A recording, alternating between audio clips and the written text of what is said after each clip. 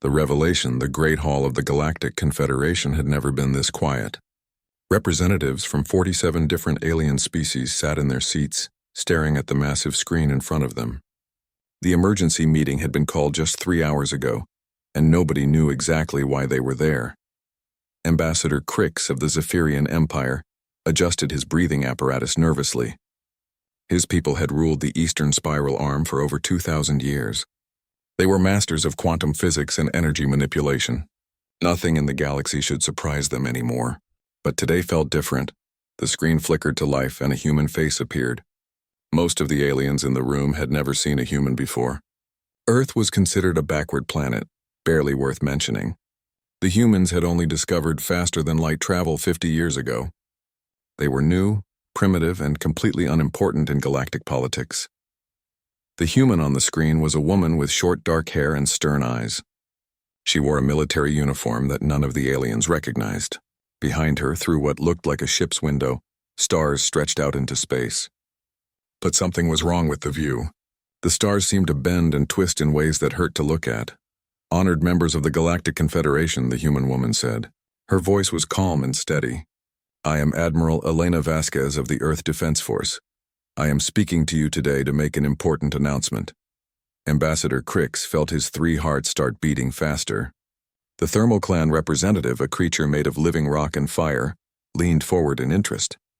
Even the ancient Axiarch, whose crystalline body had witnessed the rise and fall of dozens of civilizations, seemed focused on the screen.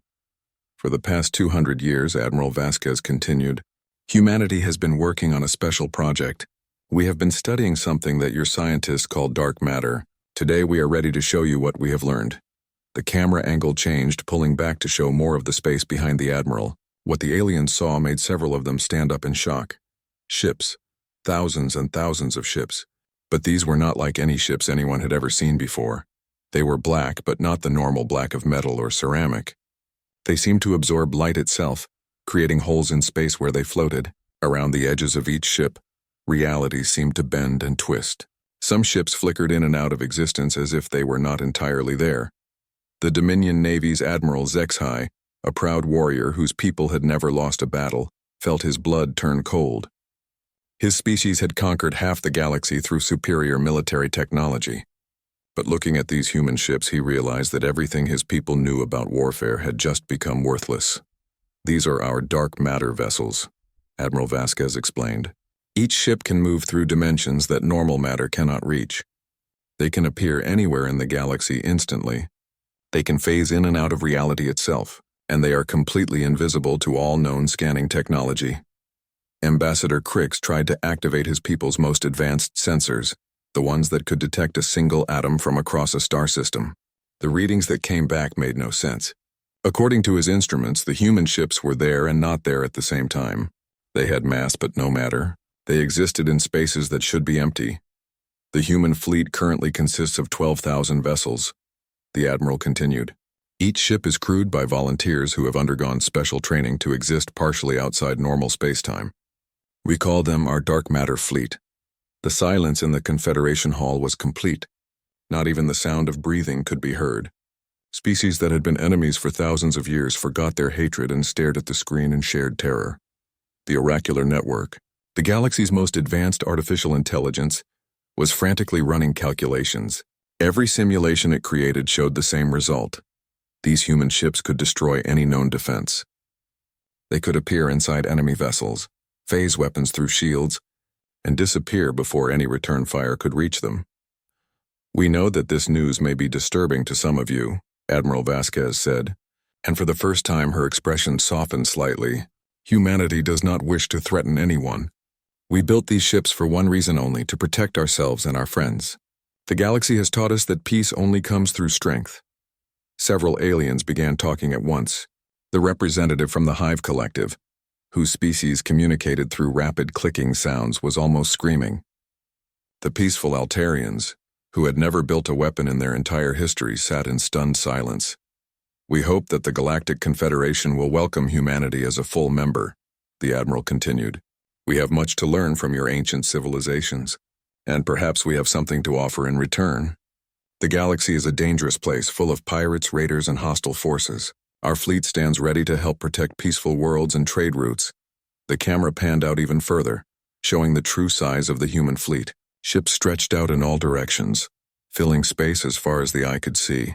Each vessel was a masterpiece of impossible technology, existing in dimensions that the greatest minds in the galaxy had only dreamed about.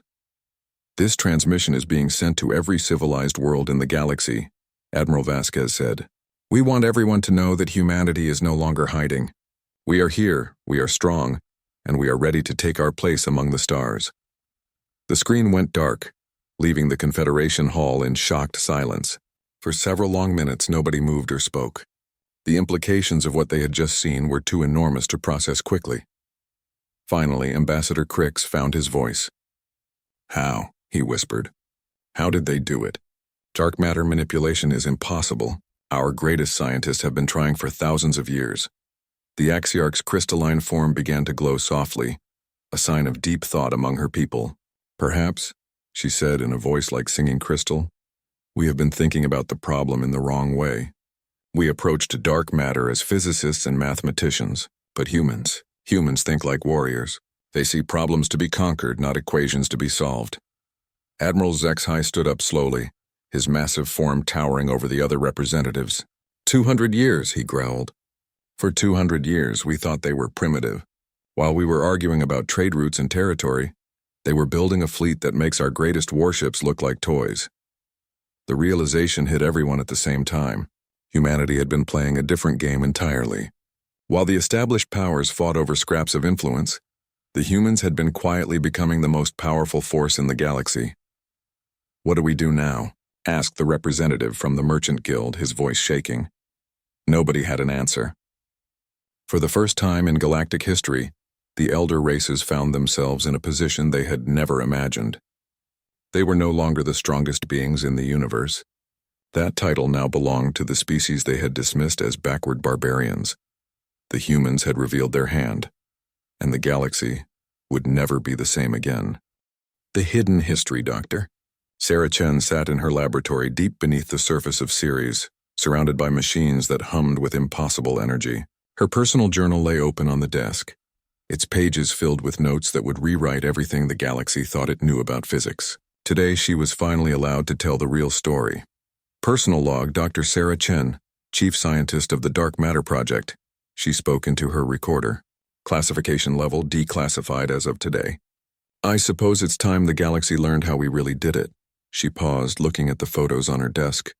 Pictures of the first research teams, most of whom had not survived to see this day. Their sacrifice had made everything possible. It started in 2387 during the early days of asteroid mining, she continued. We were just trying to extract metals from rocks back then. Simple work, or so we thought. But the miners in the belt kept reporting strange readings. Their equipment would detect mass where there was nothing visible. Dr. Chen remembered those early days clearly. She had been young then, fresh out of university with a doctorate in theoretical physics. The mining companies had hired her to explain the anomalies that were costing them millions of credits in equipment failures. The first breakthrough came when we realized we were not looking at equipment failures at all. We were detecting dark matter, the invisible substance that makes up most of the universe. But unlike every other species in the galaxy, we were not trying to study it from a safe distance. We were mining right through it. The discovery had been accidental. A mining laser had malfunctioned, creating a feedback loop with the dark matter field surrounding a particular asteroid. Instead of destroying the equipment, something impossible had happened. The laser had continued working, but it had started affecting matter that should not exist. Other species approached dark matter as a mathematical problem, Dr. Chen explained to her recorder. They built theories and models. They calculated and simulated. But humans, we are not good at accepting that something cannot be done. When we see a wall, we look for ways to break through it. She stood up and walked to the window of her lab. Outside, she could see the construction yards where the first dark matter ships were being built. Massive structures that existed partially in normal space and partially in dimensions that had no names. The Zephyrians spent 3,000 years trying to understand dark matter through quantum equations. The Axiarch used energy manipulation techniques that would have impressed gods. The Dominion Navy tried to weaponize it through brute force. They all failed because they were thinking like civilized beings. Dr. Chen smiled sadly. Civilization, she had learned, could be a weakness as well as a strength. The older species had rules about what was acceptable risk. They had ethics committees and safety protocols. They would not sacrifice individuals for the greater good. Humans think differently. We learned to survive on a world that was constantly trying to kill us. Ice ages, volcanoes, diseases, predators. Earth taught us that sometimes the only way to win is to be willing to lose everything. So when we found dark matter, we did not just study it. We grabbed it with our bare hands. The first experiments had been disasters. Entire research stations had vanished, taking their crews with them. Scientists had volunteered for procedures that had a 90% fatality rate. But each failure had taught them something new about how dark matter behaved. The breakthrough came in 2431. Dr. Chen continued. Dr. Martinez figured out that dark matter does not follow the same rules as normal matter. It responds to consciousness, to intention, to will. The older species could not use it because they thought too much. They analyzed and calculated. But dark matter requires something simpler. It requires the ability to believe that impossible things can happen. She pulled up a hologram showing the structure of a dark matter reactor. To most scientists, it looked like chaos, a swirling mass of energy that seemed to exist in several dimensions at once. But to human engineers, it was beautiful.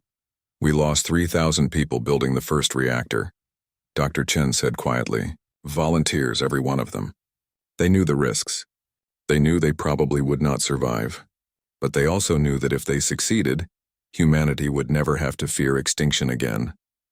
The second reactor had claimed an entire research station when it had catastrophically failed during startup. But the third had worked, and the fourth, and the 10th. Each success had been built on the bodies of those who had failed before. The older species think we are brutal for accepting such losses. They call us barbaric. But they do not understand what it means to be the youngest species in a galaxy full of predators. Every other race had millions of years to develop their technology slowly and safely. We had maybe 50 years before someone decided we were a threat that needed to be eliminated. Dr. Chen touched a memorial wall covered with thousands of names. Scientists, engineers, test pilots, and volunteers who had given their lives to make the impossible possible. Their sacrifice had purchased humanity's place among the stars. The galaxy taught us that strength is the only language that matters. The peaceful Altarians? They survive because the Dominion Navy protects them. The wise Axiarch? They exist because they are too useful to destroy. Every species we met had the same message: be strong or be food. She walked back to her desk and picked up a data pad showing the current status of the dark matter fleet. 12,000 ships, each one capable of destroying entire enemy fleets. But more importantly, each one crewed by humans who understood what they were protecting. So we became strong, not through politics or diplomacy or careful negotiation. We became strong by being willing to do what no one else would do. We grabbed hold of the most dangerous force in the universe and refused to let go, even when it killed us. The final entry in Dr. Chen's journal was short and simple. Today, Admiral Vasquez will tell the galaxy what we have accomplished. They will be afraid. They should be afraid. For 200 years, they treated us like children playing with toys. Now they will learn that the children have grown up. She closed the journal and looked out at the stars visible through her laboratory window. Somewhere out there, the galaxy was learning that humanity was no longer the weakest species in known space. The question now was what they would do with that knowledge.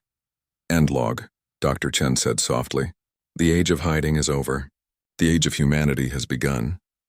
Outside her window, dark matter ships moved through space like ghosts, their impossible forms bending reality around them. Each ship was a testament to human determination. Built with technologies that should not exist and crewed by people who had learned to live partially outside the normal universe. The galaxy had taught humanity that survival required strength. Now it was about to learn what happened when humanity finally became strong enough to survive. The Galactic Response Fleet Admiral Zexhai of the Dominion Navy stood in his command center, staring at reports that made no sense. His massive clawed hands gripped the edge of the tactical display as he tried to understand what his intelligence officers were telling him. "Say that again," he growled, his voice deep and threatening. Around him, his staff officers shifted nervously.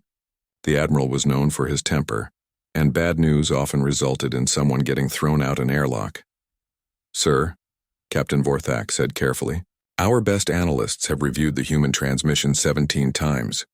Their dark matter ships appear to be real. Our scanners cannot track them properly.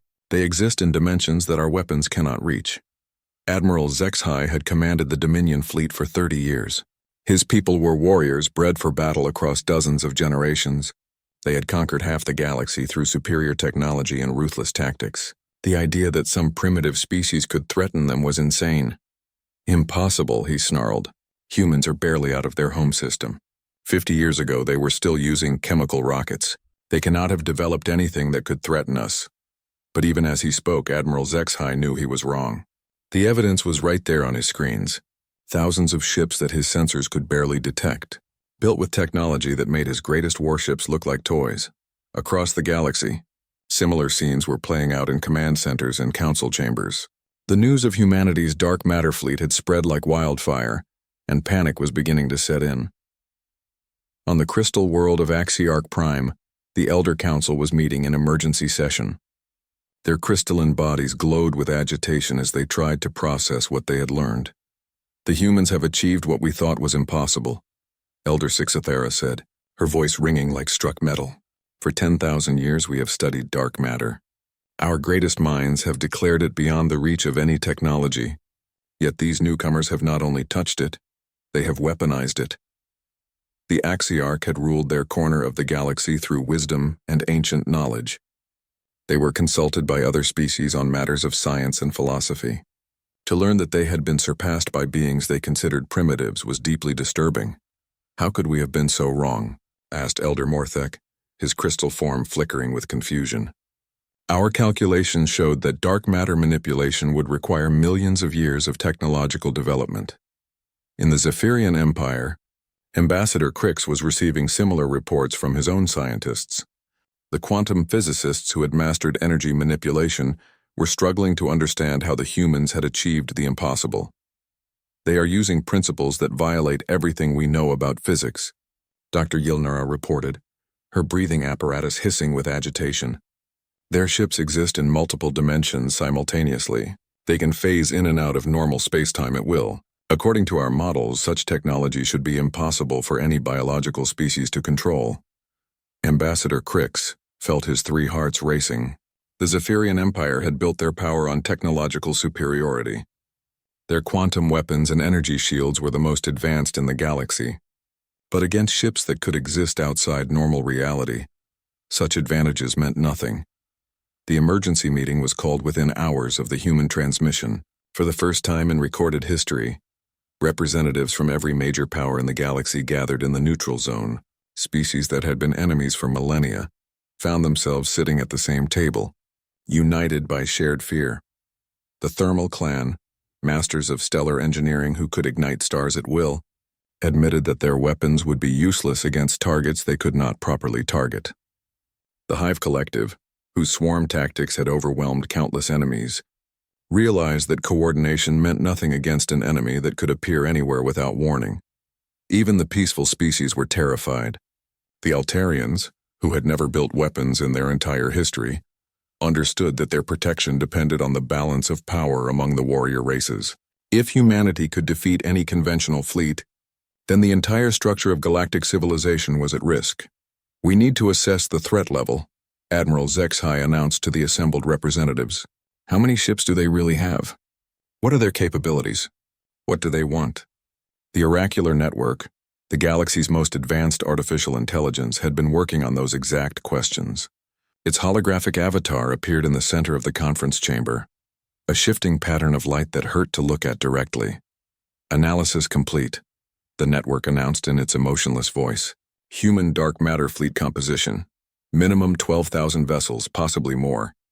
Individual ship capabilities. Dimensional phasing, instantaneous travel, reality manipulation. Weapon systems. Unknown, but theoretical destructive potential is unlimited. The representatives looked at each other with growing alarm.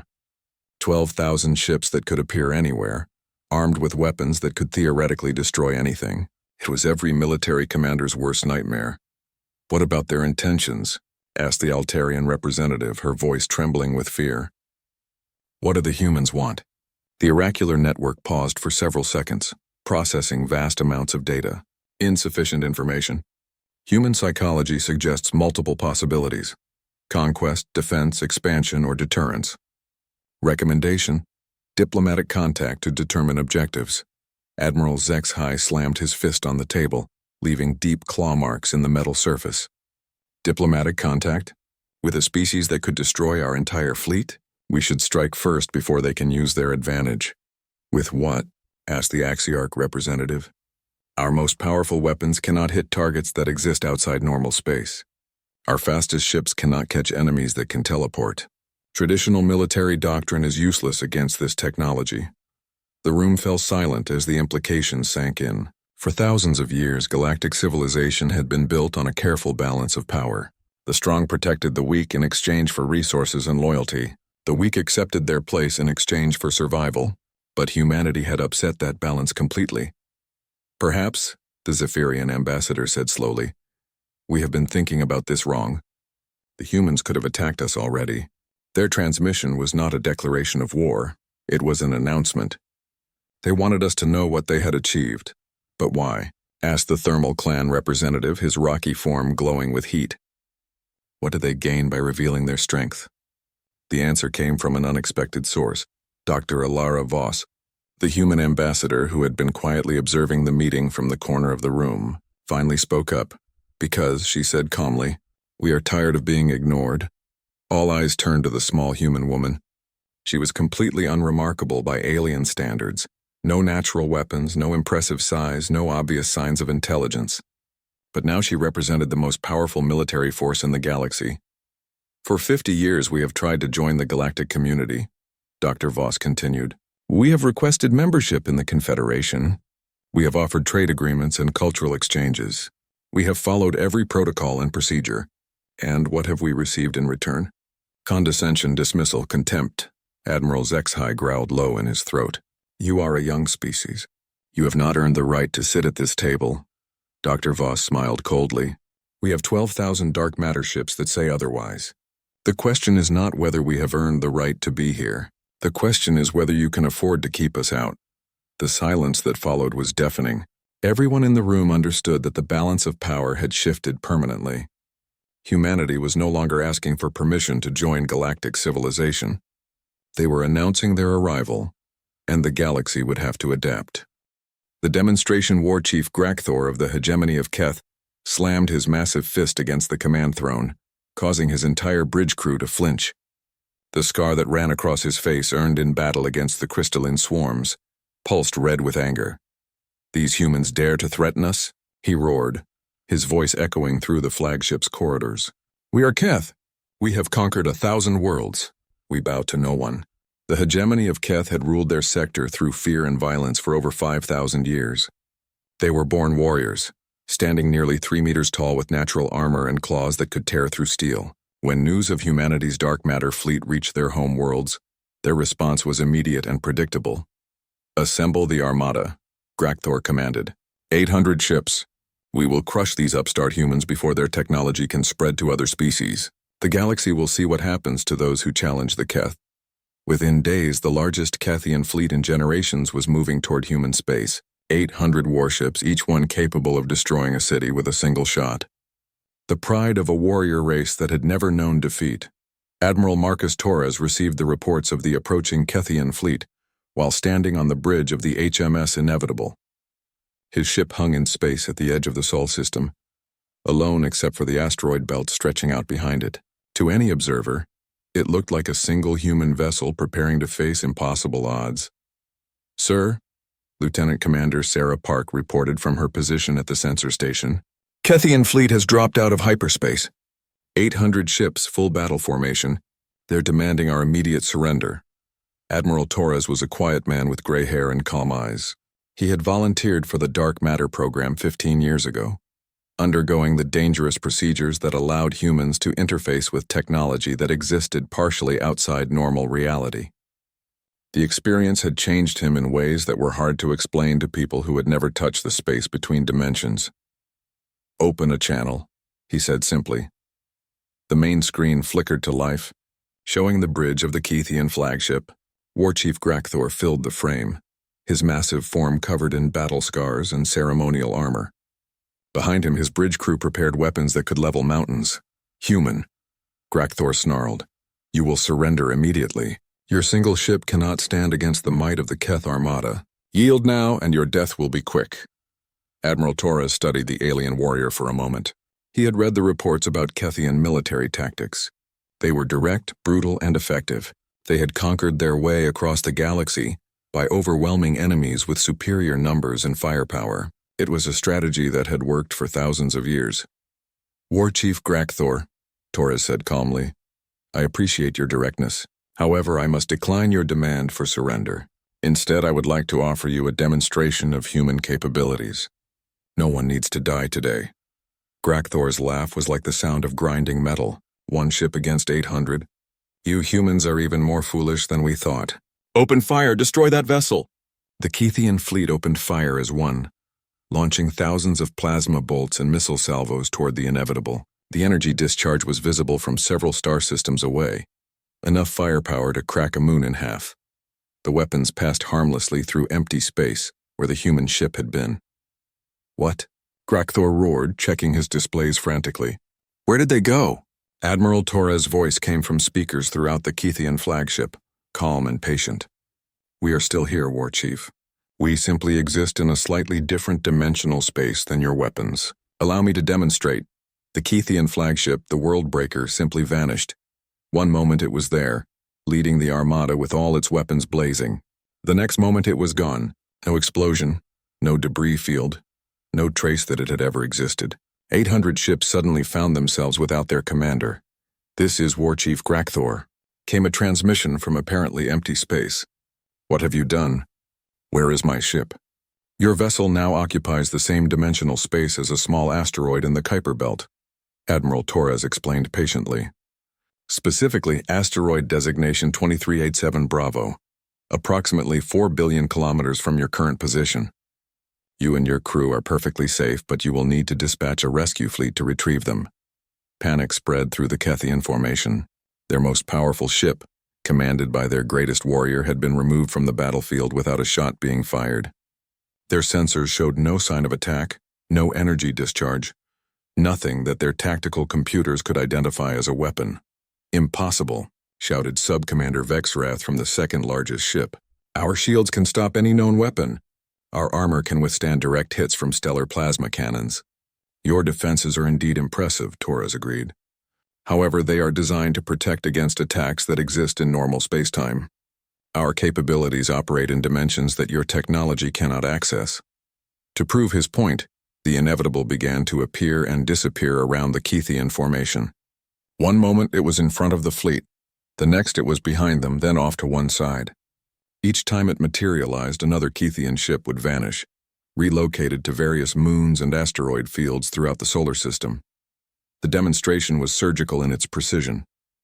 No ships were destroyed, no lives were lost. The massive Kethian warships were simply moved, like pieces on a chessboard, scattered across billions of kilometers of space. Within 17 minutes, the mighty armada that had come to conquer humanity was spread throughout the solar system, their ships stranded on airless rocks or floating in empty space. "This is impossible," Vexrath screamed as his own ship materialized inside the rings of Saturn. "You cannot move objects through space without destroying them." "We are not moving your ships through normal space," Torres explained. "We are temporarily shifting them into dimensional spaces where distance works differently.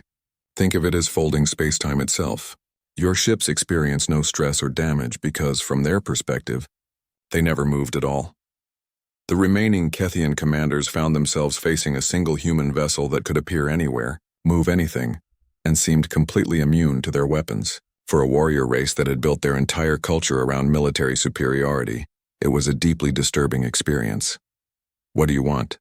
Vexrath finally asked, his voice much quieter than before. "Nothing," Admiral Torres replied. "We want nothing from you except recognition that humanity is no longer a species you can bully or threaten. We demonstrated our capabilities not to humiliate you, but to prevent a war that would cost thousands of lives on both sides." He paused, letting that sink in. "We could have destroyed your entire fleet in the first few seconds of this engagement. Instead, we chose to show restraint. We scattered your ships because we wanted to make a point, not because we wanted to kill anyone. The implications were terrifying. The humans possessed the power to eliminate any threat instantly, but they chose not to use it. They were strong enough to conquer the galaxy, but seemed more interested in making friends than enemies. Your ships will be returned to normal space-time within the hour, Torres continued. Consider this demonstration a lesson in the new reality of galactic politics. Humanity is no longer the weakest species in known space. We suggest you adjust your diplomatic policies accordingly. One by one, the Kethian ships began reappearing in their original formation, completely undamaged but deeply shaken. War Chief Grakthor's flagship materialized last, its massive bulk dropping out of dimensional space like a stone falling into water. This is not over. Human, Grakthor transmitted, but his voice lacked its earlier confidence. I hope you are right, Torres replied, but the next time we meet I suggest we talk instead of fight. The galaxy is big enough for all of us. The Kethian fleet retreated in complete silence, carrying news that would spread across the galaxy within days. The humans had not just revealed their power, they had demonstrated their restraint.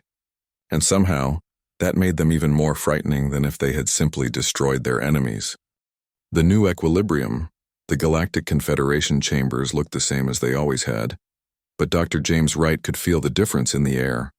6 months had passed since Admiral Vasquez's transmission, and the galaxy was still adjusting to its new reality.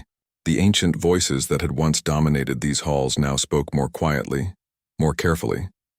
Dr. Wright was not what anyone had expected Earth's first galactic ambassador to be. He was a soft-spoken xenobiologist who had spent most of his career studying alien plant life. He wore simple clothes, smiled easily, and seemed more interested in learning about other cultures than imposing human will on anyone. But everyone in the chamber knew that behind his friendly demeanor stood the power of 12,000 dark matter ships. Honored representatives, Dr. Wright began, addressing the assembled delegates. I want to thank you for welcoming humanity into the Galactic Confederation as a full member. This is a historic moment for our species. Ambassador Crix of the Zephyrian Empire shifted nervously in his seat. The decision to grant humanity full membership had not been difficult. When a species possessed the power to destroy every other civilization in the galaxy, diplomatic protocol became very flexible very quickly. We hope, Dr. Wright continued, that this marks the beginning of a new era of cooperation between humanity and our galactic neighbors. We have much to learn from civilizations far older and wiser than our own. Elder Six Thera of the Axiarch leaned forward, her crystalline form catching the light. Ambassador Wright, many of us are still struggling to understand humanity's intentions. Your species possesses unprecedented military power, yet you speak of cooperation and learning. This seemed contradictory. Dr. Wright nodded thoughtfully. I understand your confusion, Elder. Let me try to explain. Humanity developed our dark matter technology out of necessity. Our history taught us that in a hostile universe, survival requires strength, but our present teaches us that survival also requires wisdom. He activated a holographic display showing images from Earth's history. Scenes of war, destruction, and rebuilding played out in the air above the assembly. We are a young species, but we are not a stupid one. We learned long ago that strength without wisdom leads to destruction. Power without purpose leads to chaos. We built our fleet not to conquer, but to survive. Now that we have secured our survival, we want to use our strength to build something better. The demonstration was impressive, but many of the delegates remained skeptical. The galaxy had seen aggressive species before. Usually they started with peaceful words and ended with conquest. But humanity was proving to be different in ways that nobody quite understood. In the months following the revelation of the dark matter fleet, human ships had appeared throughout the galaxy. But instead of conquest, they brought protection. Pirates who had terrorized trade routes for centuries found themselves facing vessels that could appear from nowhere and transport entire raiding fleets to the nearest peacekeeping station.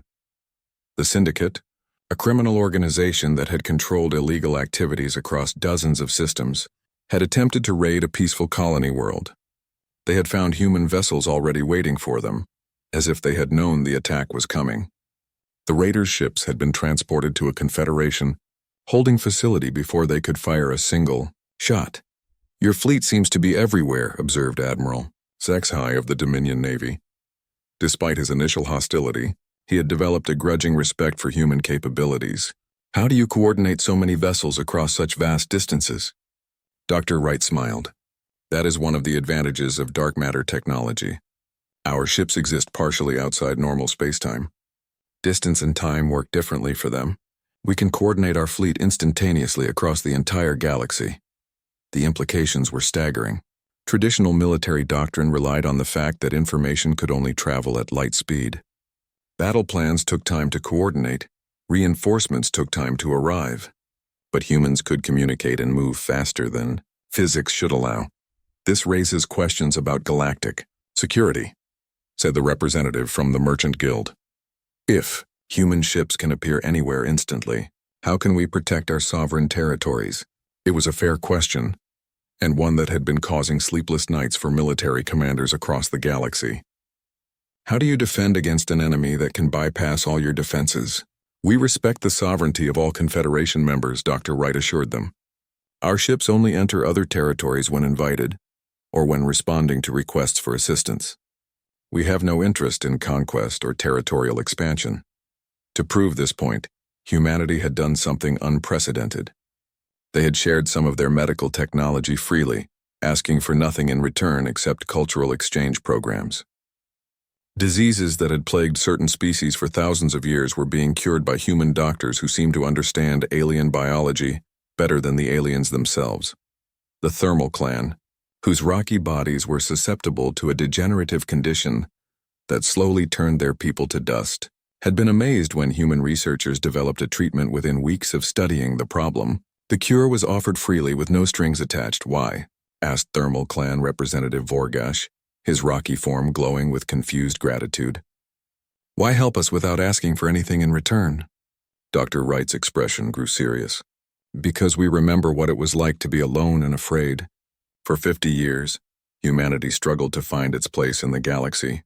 We were dismissed, ignored, and sometimes threatened. We do not want any species to experience that isolation. The room fell silent as the delegates processed this. They had expected humanity to demand tribute, territory, or submission. Instead, the humans seemed genuinely interested in making the galaxy a better place for everyone. But the dark matter ships remained visible at the edge of every major system, silent reminders of the power that backed up humanity's peaceful words. They were not threats exactly, but they were certainly statements. What about species that refuse to cooperate? Asked the Hive Collective representative. Their clicking communication translated into standard galactic. Not everyone will welcome human involvement in galactic affairs. Dr. Wright's smile faded slightly. We hope that will not be necessary, but we are prepared to defend ourselves and our allies. The galaxy has taught us that there are predators who only understand strength. We will not allow them to prey on peaceful species. As if summoned by his words, news arrived of another incident. The Ravager clans, a group of nomadic raiders who had been terrorizing the Outer Rim for decades, had attempted to attack a convoy of Altarian civilian ships. They had found human escorts waiting for them. The engagement had lasted less than 5 minutes. The Ravager fleet had been transported to various locations throughout the galaxy, some to prison worlds, others to the middle of empty space where they would have time to think about their choices before rescue arrived. The Ravagers had been operating for over a century. Admiral Zexhai noted with something like awe. My own fleet has been hunting them for years without success. How did you track them down so quickly? Dark matter technology has many applications beyond warfare, Dr. Wright explained. We can detect gravitational anomalies across vast distances. Criminal fleets tend to move in predictable patterns when you can observe them from outside normal spacetime. The message was clear. Humanity could see everything, reach anywhere and respond to threats faster than anyone could imagine. But they seemed to be using this incredible power responsibly, targeting only those who threatened peaceful commerce and innocent lives. Months passed, and the galaxy slowly adapted to its new reality. Trade routes that had been dangerous for centuries became safe overnight. Planets that had lived in fear of raiders began to prosper. The human fleet patrolled the space lanes like guardian angels, appearing wherever they were needed most. I still do not understand them, Elder Six Thera confided to Ambassador Crix during a break in the proceedings. They have the power to rule the galaxy absolutely. Why do they choose to be protectors instead of conquerors? Ambassador Crix had been wondering the same thing. Perhaps, he said slowly, that is exactly why they deserve to have such power. They use it not because they can, but only when they must. In the end, That was what made humanity truly terrifying to their enemies and truly valuable to their friends. They had achieved ultimate power and chosen to use it wisely. They had become the strongest species in the galaxy and decided to be better than their own history suggested they could be. The stillness after the storm was not the quiet of the grave, but the peace of a galaxy learning to trust the species it had once dismissed. And in that peace, something new was beginning to grow. A hope that perhaps the universe could be a kinder place than anyone had dared to imagine. The age of humanity had begun, and the galaxy was discovering that sometimes the most dangerous species could also be the most trustworthy guardians.